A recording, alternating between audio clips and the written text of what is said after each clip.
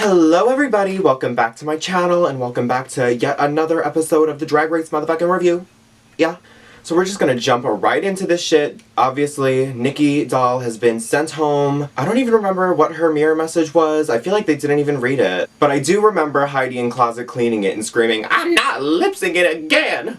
Just another moment of Heidi being the absolute best person on the show. Again, I feel like I'm a broken record. The second the episode starts, Brita Filter is attacking Aiden for literally no reason. I feel so bad for Aiden. All the girls are just constantly jumping on her saying that she has no talent, she shouldn't be here, she should have went home.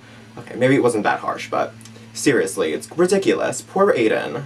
And Brita really isn't doing too good either. Brita has been in the bottom more than Aiden, so why is Brita going in so hard? It makes no sense. So this week's episode is everyone's favorite episode of the season, the Snatch Game. I feel like this is a really early Snatch Game. Like, 10 people in the Snatch Game, that's a lot. I feel like normally it's like 7 or 8, right?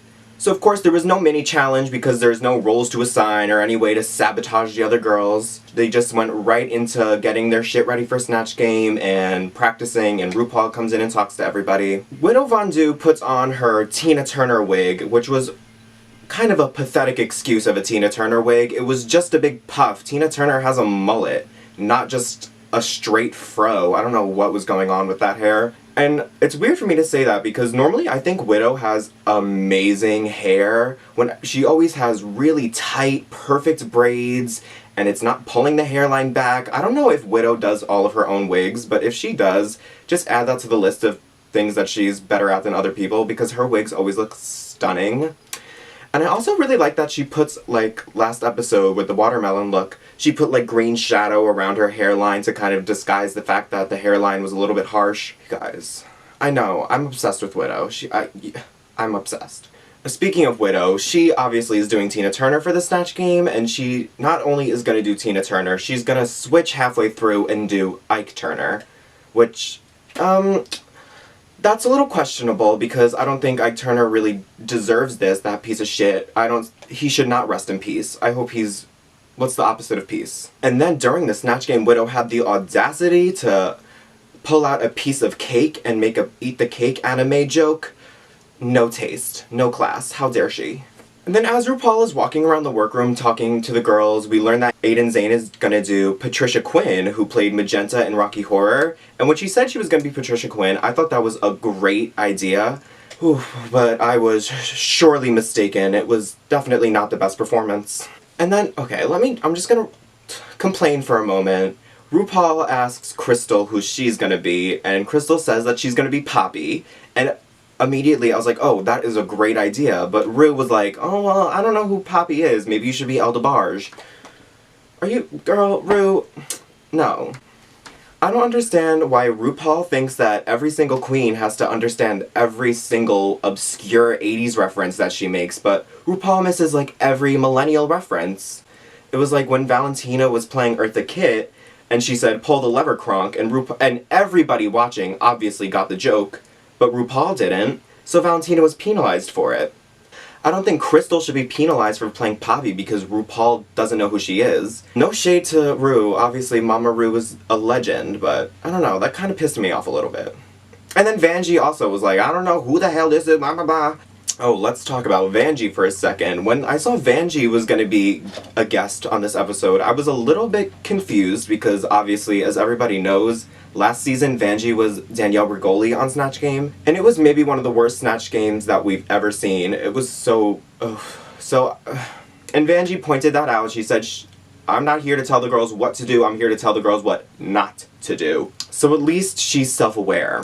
We learned that Heidi in Closet is going to be Leslie Jones, and I don't know if she had this outfit ready or if she just made this outfit right after last episode because she's literally has the exact look that Leslie Jones wore last episode, which is a really good idea to do a guest judge who was just there because she's fresh on everyone's mind, you just met her so you know how she acts, but honestly, Heidi was a little bit weak in the Snatch Game, I have to say. But Leslie Jones is a great character choice. And then Vanjie tells Heidi that maybe she should try to be Phaedra Parks for the Snatch Game. How dare she? Let's be real. Phaedra Parks is a mess. Like, she may have had some cute reads on the show, but she's a horrible person, A, and B, she's extremely monotone and boring. So I disagree with Vanjie. I don't think Phaedra Parks would be a good Snatch Game character. Oh, and I also forgot, I skipped over this when I was talking about Crystal. We have another I'm your new mommy now moment when Crystal starts to break down and cry that she just wants to make RuPaul and everybody proud of her, and RuPaul says, do you need a hug? Plastique tiara, move over, you're going into the system. RuPaul has a new daughter. She doesn't want you anymore. Ru really has a boner for Crystal this season. I think Ru has a little bit of a crush because she is just obsessed with Crystal. The way that I feel about Widow is how RuPaul feels about Crystal. Like, seriously. Oh, speaking of Widow, off topic, did you guys see Widow's new music video that she just posted the other day? Yes, bitch, I might be. Gag, it's a fucking bop. If you haven't listened to it, go listen to it. Honestly, I'll put a link because I want to support Widow. It's incredible. Go listen to it. Stream it on Spotify. Buy it on iTunes. Do all that good shit. It's so good. So our guests for the Snatch Game are Danielle Francesi and Jonathan Bennett from Mean Girls. And you know what's funny? I remember when Mean Girls first came out, I thought Jonathan Bennett, obviously who played Aaron Samuels, I didn't think he was attractive at all. But now that he's like older, I have to say, Jonathan Bennett and his boyfriend, James Vaughn, holy shit. That is like my dream threesome. They are both so fucking hot. It pains me. And I hear some whispers online in the gay world that they are down for the threesomes and that Jonathan Bennett is like a fucking sex addict. I've heard, not heard, but I've seen a lot of people say that. And I kind of believe it. I get that vibe from him. So on to Snatch Game. Jada Essence Hall was playing Cardi B, which, I don't know, I feel like that could either be a really good idea or a really bad idea. Obviously, Cardi B is a really big personality. You could crack a lot of jokes, you could be crazy, but at the same time, it's kind of too easy. It's kind of like a cop-out.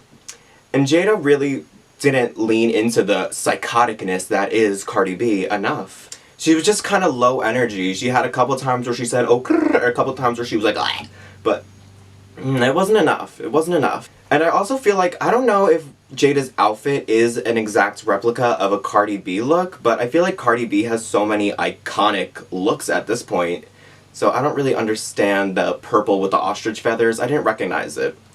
Oh my goodness. And now let's talk about Brita Filter as Jennifer Holliday. Ugh.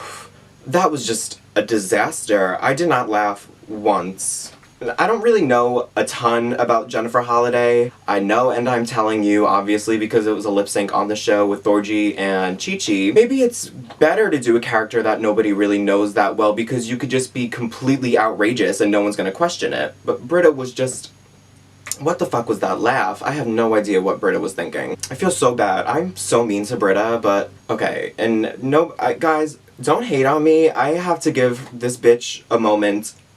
Allyson Mozi as Katharine Hepburn, I mean, I'm not gonna lie, it was really funny. It was probably the strongest character for sure. And I honestly could have seen her winning the Snatch Game episode 2, but I didn't think they wanted to give her another win in a row, because she's gonna just like Ben de la Creme the competition. In fact, she really is Ben de la Creme this season because she's doing really well, and she's self-eliminated. Not on the show, but after the show, so. Gigi Goode was Maria the Robot, which, what an obscure character, but she did it so well. She was actually really, really funny, and Gigi didn't necessarily have a lot of jokes, but everything she said and did was actually really funny. I think the best part of Gigi's performance was, for sure, all the physical comedy. Her struggling to pick up the cards and, like, falling over and then rebooting. That was the best part of her performance. Which is what Jackie Cox said, which, let's just talk about Jackie Cox as Lisa Rinna. I think that playing a Real Housewife is a great idea for the Snatch Game. I always think about who I would be on Snatch Game, and Bethany Frankel is up there on the list. And if I did Bethany Frankel for Snatch Game, I would wear, like, a jaw prosthetic so I had a total triangle face, like her pre-op look. But Jackie was one of the few who I felt like everything that came out of her mouth was funny. The moment when she picked up her glass and like smashed it on Heidi and she relived the "don't you ever talk about my husband" moment. That was amazing. Jackie really studied this character. She clearly knows a lot about Lisa Rinna. She clearly is a fan of The Real Housewives.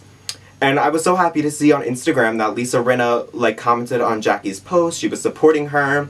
Queens supporting queens. Love that. I don't know if the camera just picked it up, but I just pulled a Brita Filter and spat everywhere, so that's embarrassing. And then, sad to say that Crystal was probably, in my opinion, Crystal was probably the worst one on the Snatch Game, and it really pains me to say this because I love Crystal. She's another one who's really been surprising me. I didn't think I was gonna like her so much, but I'm really, really in love with her. I hate to say it, but literally not one thing that came out of her mouth was funny. And I think that honestly, she could have been in the bottom over Brita, but I don't know. They kept her because RuPaul is obviously in love and obsessed with her. Honestly, this Snatch Game, there wasn't a lot of really standout moments. Nothing really crazy happened.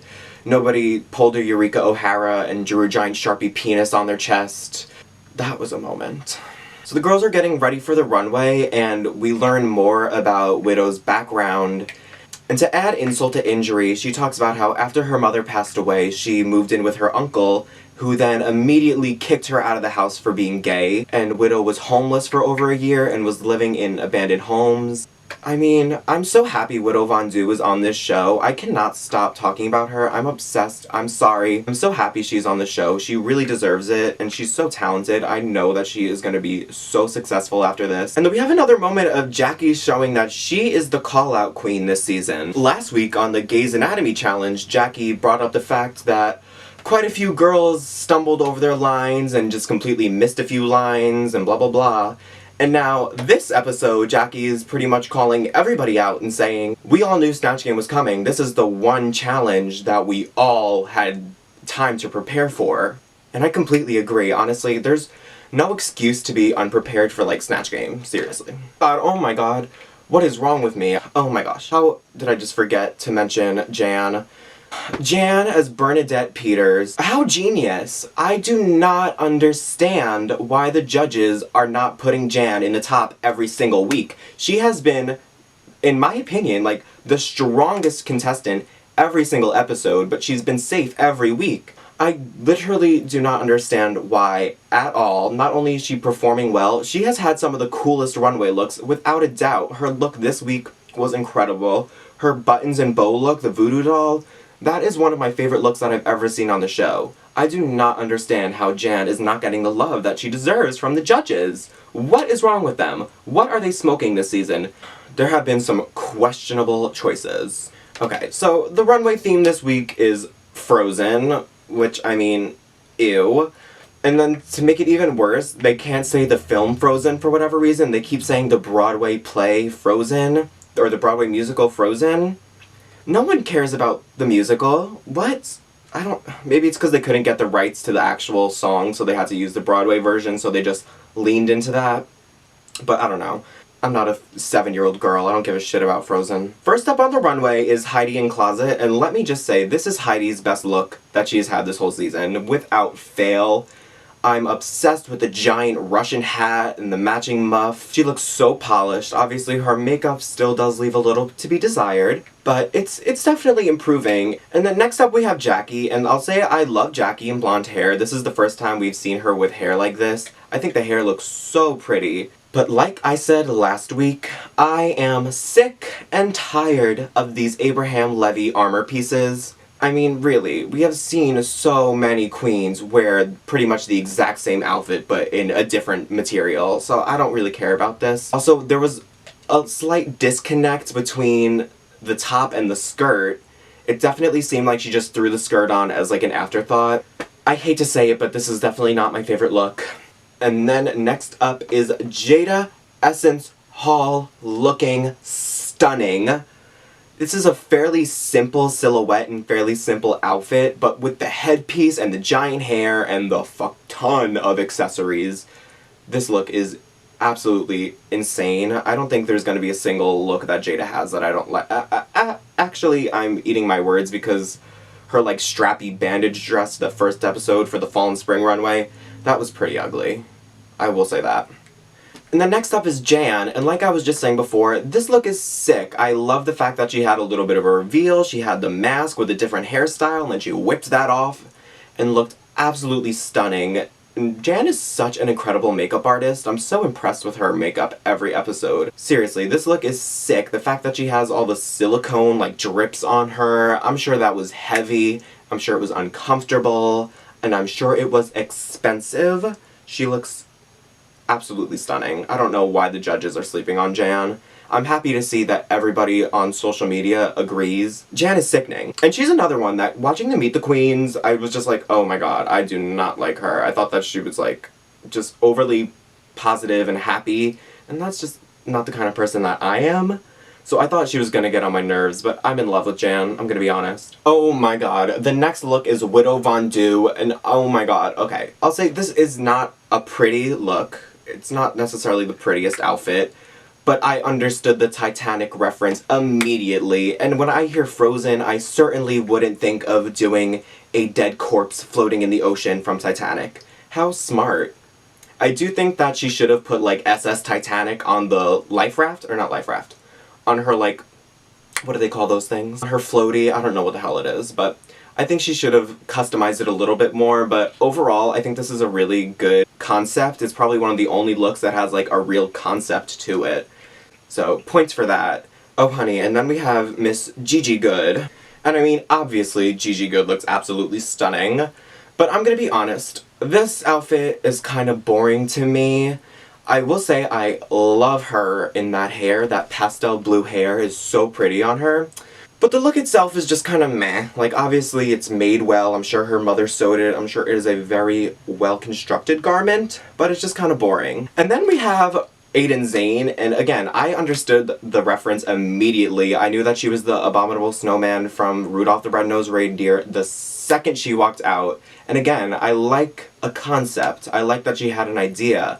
And it was a well-executed idea. It is just a sequin gown with gloves. So I understand why the judges didn't really like it. It is definitely a simple look. But she has a different wig on. She accessorized the look very well. And overall, I would definitely still give it a toot for sure. And then we have Brita Filter, who's literally wearing what Alexis Michelle wore for the season 9 promo, except in white. Even the little holographic diamonds all over the dress are the exact same shape, size, color. I don't know if it's the same designer that did the two looks, but it's pretty much the exact same dress, just Brita's is in white. So, whatever. And then finally we have Crystal Method, and actually, I'm surprised how much I really like this look. I live for separates. I think it's hard to make separates look expensive, but she somehow made it look really, really nice. Like, that could have easily just been like a pajama set that she found at the Salvation Army for like $3. But her body in that outfit, and with the hair and makeup and all the accessories, and the fact that she had a little coat to reveal, it's actually a really strong look. And obviously, RuPaul said he loved the look. He said it was so chic. And I love, love, love Crystal's hair and makeup this episode. The all gray face, like she looked like she was actually outside in the freezing weather for months and was dead already. I love that. And then I pretty much agreed with, oh my god.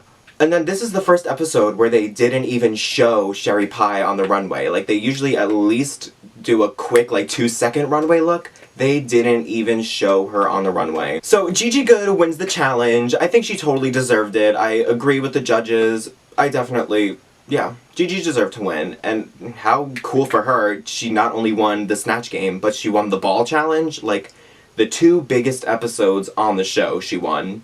They're clearly setting Gigi up to be in the top 4. And the bottom 2 queens are Aiden Zane and Brita. Like I said, I think that they honestly could have replaced Brita with Crystal. I think Brita did better than Crystal on the Snatch Game, but Brita's been in the bottom more. RuPaul obviously fucking loves Crystal. And they obviously wanted to have Brita and Aiden go against each other for the story, because they've been rivals this whole time. The lip sync song is Let It Go, which, I mean, okay, whatever. And honestly, I think we can all agree that this lip sync was boring as hell. I think that's why the producers put the snow, is because they knew it wasn't really gonna be too exciting of a lip sync. Like, Aiden Zane did practically nothing. Brita just sat there and opened her mouth really wide the whole time, like she always does. And Brita did have, like, an Aquaria at the season 10 finale moment where she did a little spark, but fire when the theme is frozen? That's a little bit weird to me. And not to mention, it was the exact same gag that Aquaria did for the Bang Bang lip sync on season 10, so again, I'm not impressed. This was maybe the third lip sync of the season that warranted a double elimination. Aiden Zane is eliminated, Brita Filter won somehow. She really only won because of that one little spark that she did. That really saved her. I feel bad for Brita, honestly, because everybody knew who, like, I know Brita's saying this a lot, but it's true. Everybody knew who she was before this show. I was super excited to see her, and what a letdown.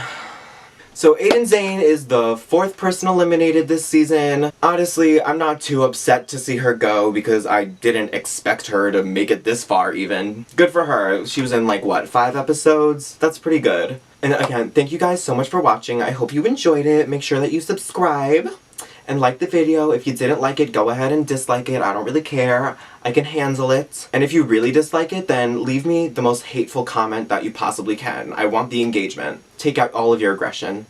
Please. And you already know what I'm gonna say. Most importantly, go check the link in the description and follow me on Instagram. Again, thank you so much for watching. I love you. Bye.